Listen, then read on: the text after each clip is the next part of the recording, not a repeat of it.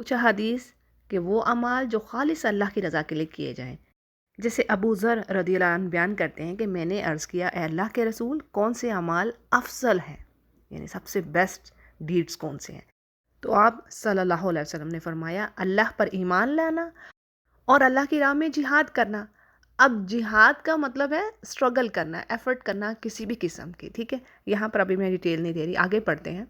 ابو ذر رضی اللہ عنہ کہتے ہیں کہ میں نے کہا کون سی گردنیں آزاد کرنا افضل ہے؟ تو اس پر آپ نے فرمایا جو ان کے مالکوں کے نزدیک زیادہ عمدہ اور زیادہ قیمتی ہوں۔ بخاری اور مسلم اس کو روایت کر رہے ہیں۔ تھوڑی سی اس کی وضاحت حدیث کی ہم دیکھ لیتے ہیں۔ سب سے پہلی چیز کیا ہے بیسٹ ڈیڈز میں سے؟ اللہ پر ایمان رکھنا۔ ایمان کیا ہے؟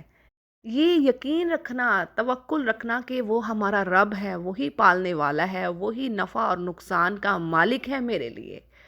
جیسے اللہ نے فرما دیا وَإِن يَمْسَسْكَ اللَّهُ بِضُرٍّ فَلَا كَاشِفَ لَهُ إِلَّا هُوَ، یعنی اگر وہ تمہیں کسی تکلیف میں مبتلا کرے، کسی ضرر میں پکڑ لے، کوئی اس کو دور نہیں کر سکتا جب تک کہ وہ نہ چاہے۔ اور اگر وہ تمہارے ساتھ اچھائی کا ارادہ کر لیتا ہے، سورہ یونس کی آیت ہے یہ بڑی خوبصورت، کہ اگر وہ تمہارے ساتھ کسی نفع کا ارادہ کرتا ہے، تمہیں نفع دینا چاہتا ہے، کوئی اس نفع کو روک نہیں سکتا۔ تو اللہ پر ایمان کا مطلب اللہ کے ساتھ شرک نہ کیا جائے کسی بھی طرح، دعا میں، صفات میں، یعنی خالص اسی کے لیے کام کیا جائے، خالص اس کو پکارا جائے، خالص اس کی رضا کے لیے ہم، اس کی جنت کے لیے ہم ایفرٹس کریں۔ ہمیں دیکھنا ہے کہ ہم جو بھی کام کریں کہ واقعی ہم اللہ کی خاطر کر رہے ہیں، اللہ کی خوشی کے لیے کر رہے ہیں۔ میں نے پہلے بھی کئی بار یہ بات کی۔ جیسے مثال کے طور پر آپ کسی کو مشورہ دے رہی ہیں، آپ کسی کی ہیلپ کر رہی ہیں، یا آپ کسی کو قرضہ دے رہی ہیں، تو کبھی ہم نے سوچا کہ ہم یہ اللہ تیری خاطر کر رہے ہیں؟ بعض اوقات ہم کسی کی محبت میں کر رہے ہوتے ہیں، کوئی فرینڈ ہوتی ہے، کوئی رشتہ دار ہوتا ہے، کسی کے ساتھ ہماری بات چیت ہوتی ہے، جی ریلیشنز ہوتے ہیں، تو ہم اس کی خاطر کام کر رہے ہوتے ہیں۔ نہیں، اللہ کی خاطر۔ جب سارے کام اللہ کی خاطر ہو جائیں گے تو پھر دیکھیے پھر کیا کمال ہوتا ہے۔ اللہ آپ کو نہ صرف انمول بنا دے گا، آپ کی محبت دوسروں کے دلوں میں ڈالے گا، بلکہ آپ کی جو ایکسپیکٹیشنز ہیں نا، امیدیں جو دوسروں کے ساتھ لگی ہوں، ختم ہو جائیں گی۔ آپ کے دل میں سکون ہوگا، کوئی کیا رویہ کر رہا ہے، آپ کے احسان کے باوجود کیا کیا اس نے،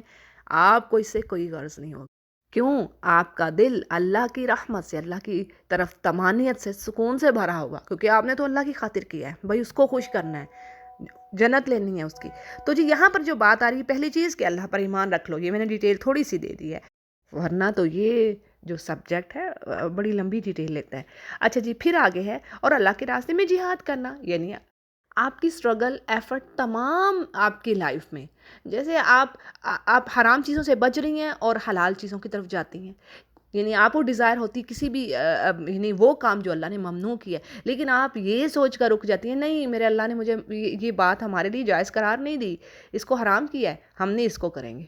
بس یہ آپ کا جہاد ہے الحمدللہ۔ اس کو ہجرت بھی کہا گیا ہے، حدیث کے الفاظ ہیں نا کہ جس نے دورے یعنی جب بہت زیادہ ٹرائلز ہیں، دورے فتن، تو بہت زیادہ فتنے ہیں، اس دور میں جو عبادت پر جمع رہ گیا،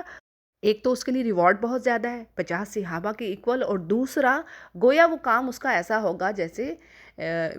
ہجرت کر رہا ہے وہ اللہ رسول کی طرف، ٹھیک ہے جی۔ تو سٹرگل کرنا چھوٹی سے چھوٹی، بڑی سے بڑی، جیسے فرض کر لیں آپ نے پانی کا گلاس پکڑا،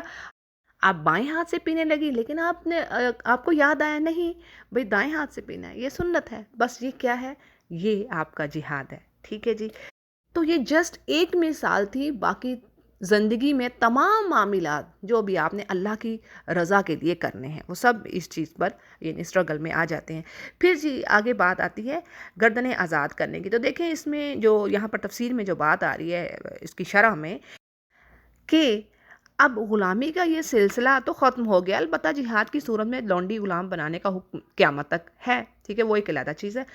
لیکن اس کی بعض جو صورتیں ہیں وہ ابھی بھی موجود ہیں۔ وہ کیسے؟ یعنی کوئی گردن کیسے آزاد کرائے؟ تو سمپلی بات یہاں پر جو لکھی ہے کہ مقروض کوئی کسی کی ضمانت دے دی، یا کوئی معصوم ہے اور کوئی قیدی وغیرہ ہے، تو ان کی مدد کر کے ان کو بوجھوں سے نجات دلانا بھی نہایت فضیلت والا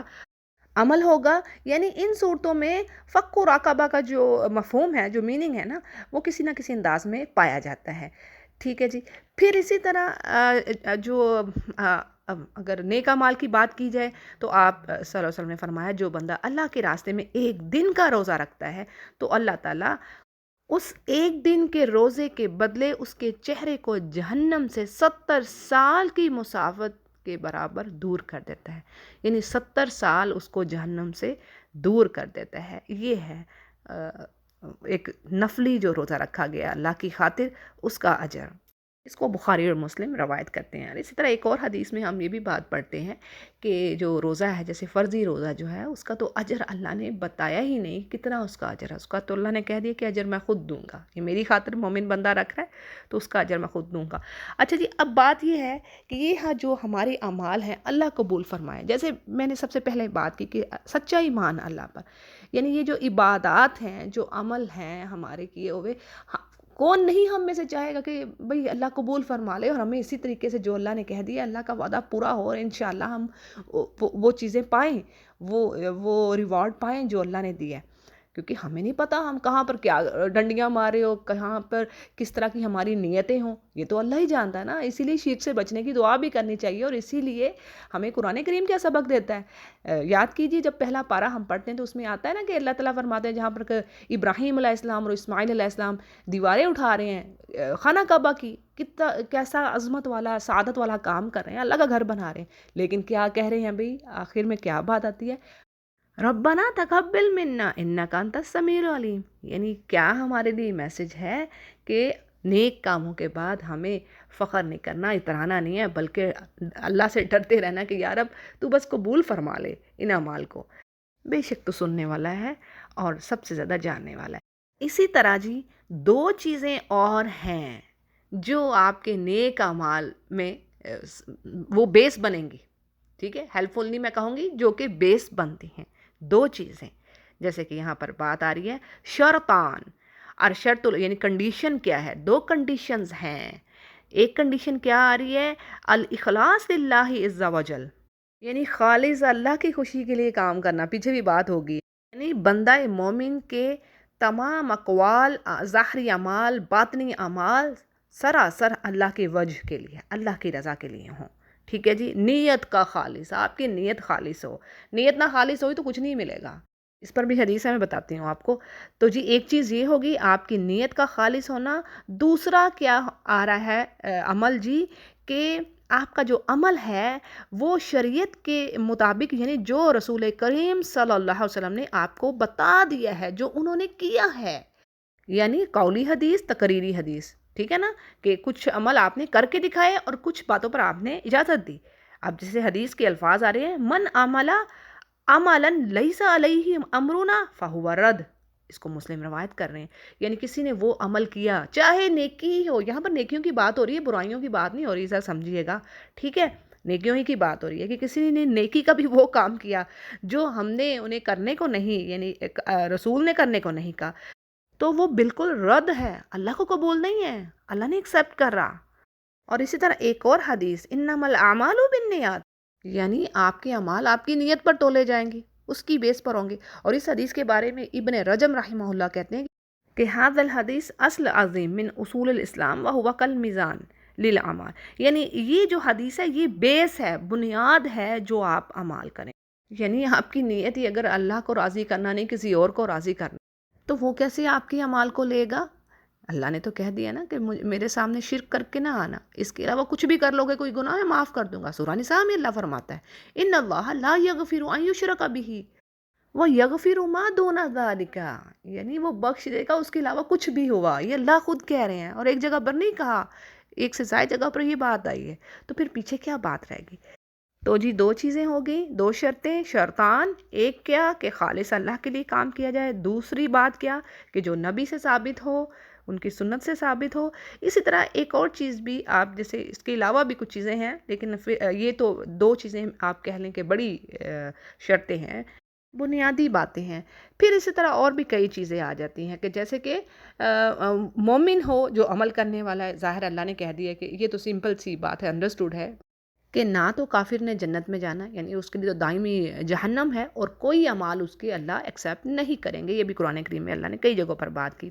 تو بات یہ ہے کہ عمل تو اسی کے ایکسیپٹ ہوں گے جو مومن ہوگا، وہ ہوا مومن، یعنی انسا ہو ذکر ہو، عورت ہو مرد ہو، اس سے کوئی فرق نہیں پڑ رہا۔ پھر جی اللہ تعالیٰ طیب چیزوں کو قبول کرتا ہے، نہیں حرام چیزیں اللہ ایکسیپٹ نہیں کرتا، جیسے کہ یہاں پر بات آتی ہے حدیث میں ولا يقبل اللہ الا الطیب، یعنی اللہ خود بھی پاک ہے اور وہ پاک چیزوں کو ہی، طیب چیزوں کو ہی قبول فرماتا ہے۔ تو حرام اشیاء کا لین دین، اور ایک تو کاروبار بھی حرام ہے، ممنوع ہے، جو بھی چیزیں حرام ہیں جو اللہ نے ممنوع کر رکھی ہیں، پھر ان کو خرچ کرنا اللہ کی راہ میں، وہ اللہ کیسے قبول فرمائے گا۔ اسی طرح حج کے بارے میں بھی حدیث آتی ہے کہ کوئی حج کرتا ہے حرام مال سے اور پھر اللہ سے دعا کرتا ہے کہ میرا یہ قبول کر لو عمل، تو کیسے ہو؟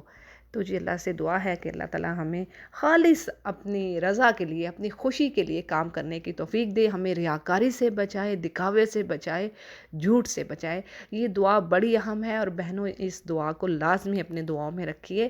اور اس کو یاد کریں میننگ پر فوکس کرتے ہوئے، یعنی آپ کو مطلب پتہ ہو کہ بات کیا آپ کہہ رہی ہیں۔ تو کیا الفاظ ہیں دعا کے، میں یہ آپ کے آگے رکھ دیتی ہوں۔ اللہم طہر قلوبنا من النفاق واعمالنا من الریاء والسنتنا من الکذب واعیننا من الخیانہ فانک تعلم خائنۃ الاعین وما تخفی الصدور، یعنی ہم یہ دعا مانگ رہے ہیں کہ یا رب تو ہمارے دلوں کو نفاق سے بچا، ہپوکریسی سے بچا، اور ہمارے اعمال جو ہیں ان کو ریاکاری سے بچا، اور ہماری زبانوں کو جھوٹ سے بچا، اور ہماری آنکھوں کو خیانت سے بچا۔ بے شک تو